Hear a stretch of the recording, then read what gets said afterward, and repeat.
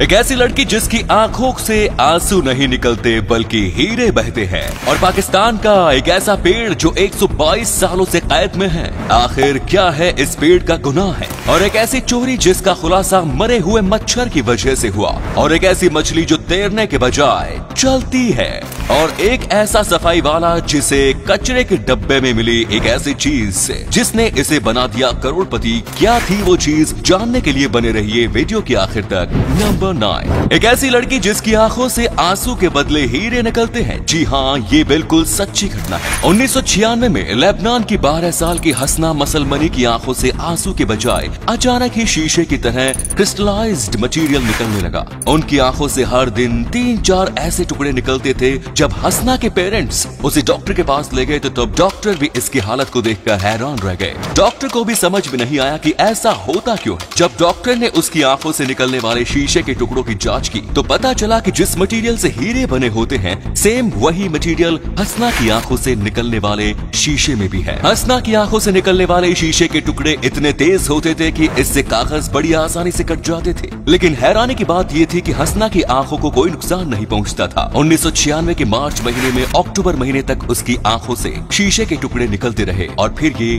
खुद ही बंद हो गया। नंबर 8, पाकिस्तान में एक ऐसा पेड़ है जो पिछले 122 सालों से गिरफ्तार है। ये एक बरगद का पेड़ है जिसे आधिकारिक ऑर्डर पर 1898 में गिरफ्तार किया गया था और तभी से ये पेड़ जंजीरों में बंधा हुआ है। 122 सालों से जंजीरों में कैद इस बेचारे पेड़ के गिरफ्तार होने की वजह ये है कि एक ब्रिटिश ऑफिसर जेम्स स्क्वीड जब शराब के नशे में था तब उसे लगा कि ये पेड़ चलते हुए उसका पीछा कर रहा है और उस पर हमला करने की कोशिश कर रहा है। बस फिर क्या था, उसने तुरंत गिरफ्तारी का ऑर्डर दे दिया। माना कि जेम्स शराब के नशे में थे लेकिन एक पेड़ को गिरफ्तार करने वाले लोग क्या भांग के नशे में थे?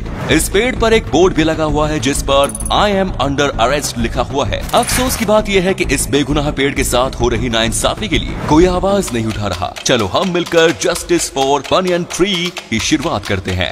नंबर 7, अगर आपको अपने देश की कोई लड़की घास नहीं डाल रही तो आप ब्राजील के नोएवा डो कोर्डियरो गांव में चले जाइए। इस गांव की सारी लड़कियां पलके बिछाकर आपका स्वागत करेंगी। दरअसल मामला ये है कि नोएवा डो कोर्डियरो नाम के इस गांव में पुरुषों की भयंकर कमी है। ये महिला प्रधान गांव है जिसकी स्थापना मारिया सैनहोरिना ने की थी। इस गांव के सारे कामकाज महिलाएं ही करती हैं और नियम कायदे भी महिलाओं के द्वारा ही तय होते हैं। इस गांव में रहने वाले पुरुषों को महिलाओं के द्वारा बनाए गए नियमों पर ही चलना होता है। यही वजह है कि इस गांव की लड़कियों से शादी करने से ज्यादातर लड़के कतराते हैं। लड़कियों की कमी की वजह से इस गांव की ज्यादातर लड़कियों को पहले से ही शादीशुदा मर्दों से शादी करनी पड़ती है। यहाँ की लड़कियाँ बार बार अपील करके इस गांव में बसने के लिए लड़कों को बुलाती है लेकिन कोई भी लड़का इस गांव में बसने को तैयार नहीं होता। मतलब यहाँ यही बात हो गई, बुलाती है मगर जाने का। नंबर 6, क्या एक मरा हुआ मच्छर किसी चोर के बारे में बता सकता है? वेल, जरूर बता सकता है, बस पुलिस को एडवांस होने की जरूरत है। 2008 में फिनलैंड में कार चोरी हो गई। कार चोरी की कंप्लेंट दर्ज की गई और पुलिस कार की तलाश में लग गई। अगले दिन ये कार चोरी वाली जगह से 25 किलोमीटर दूर मिली। कार तो मिल गई लेकिन अब पुलिस के सामने चोर का पता लगाना बड़ी चुनौती थी।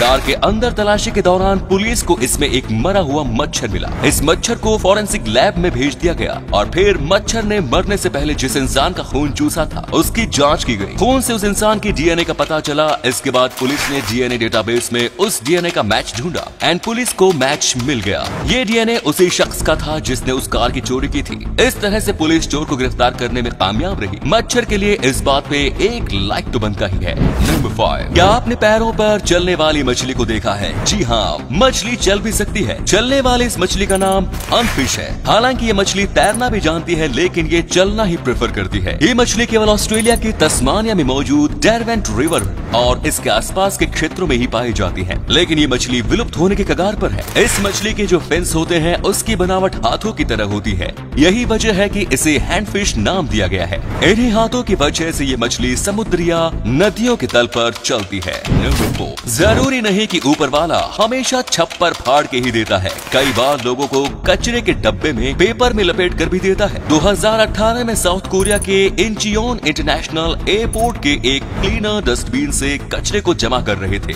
इसी दौरान जब उन्होंने एक डस्टबिन को उठाया तब उन्हें इसका वजन ज्यादा लगा। जब उन्होंने इसके अंदर देखा तब उन्हें एक पेपर में लपेटा हुआ ईंट जैसी कोई चीज दिखाई दी। जब उन्होंने पेपर को खोला तो उनके होश उड़ गए। इस पेपर में सोने की 7 ईंटें मौजूद। ईमानदारी दिखाते हुए उन्होंने इसे एयरपोर्ट अथॉरिटी के हवाले कर दिया, लेकिन 6 महीने बाद भी कोई इसे लेने नहीं आया।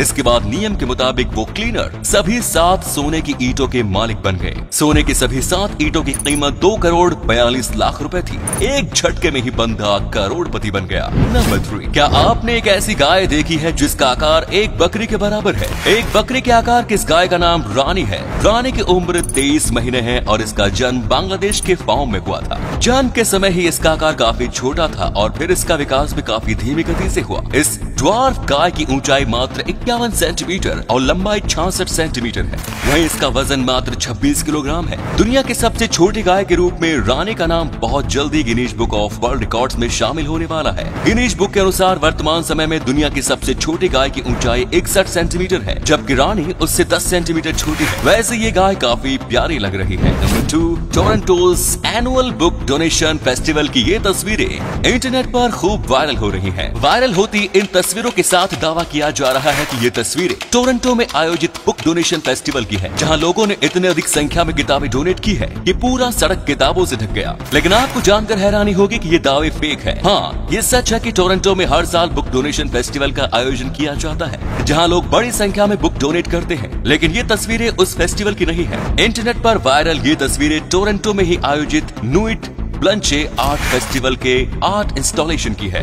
नंबर 1, एक और जहां आज पूरी दुनिया में नदियों और नहरों के ऊपर ब्रिज बनाने में ढेर सारी कंक्रीट और स्टील का उपयोग किया जाता है, वहीं मेघालय में आज भी कई ऐसी जगह है जहां छोटी छोटी नदियों और नहरों के ऊपर पेड़ की जड़ों से ब्रिज बनाए जाते हैं। ब्रिज बनाने में जीवित पेड़ों के जड़ों का उपयोग किया जाता है ताकि ब्रिज लंबे समय तक टिके रहे। एक बार निर्माण के बाद ब्रिज को देखभाल की जरूरत पड़ती है। पेड़ के पुराने जड़ों को हटाकर नई जड़ें जोड़े जाते हैं ताकि ब्रिज की मजबूती बनी रहे। अगर ब्रिज की हमेशा देखभाल की जाती रहे तो एक ब्रिज 150 सालों तक टिका रह सकता है। तो ये थे कुछ अमेजिंग फैक्ट्स। इनमें से कौन सा फैक्ट आपको सबसे जबरदस्त लगा, कमेंट्स में जरूर बताएं। आज का वीडियो आपको अच्छा लगा होगा, हमें उम्मीद है। अगर अच्छा लगा तो लाइक कीजिए, शेयर कीजिए, कमेंट्स कीजिए, साथ ही चैनल को सब्सक्राइब करना बिल्कुल न भूलें। धन्यवाद।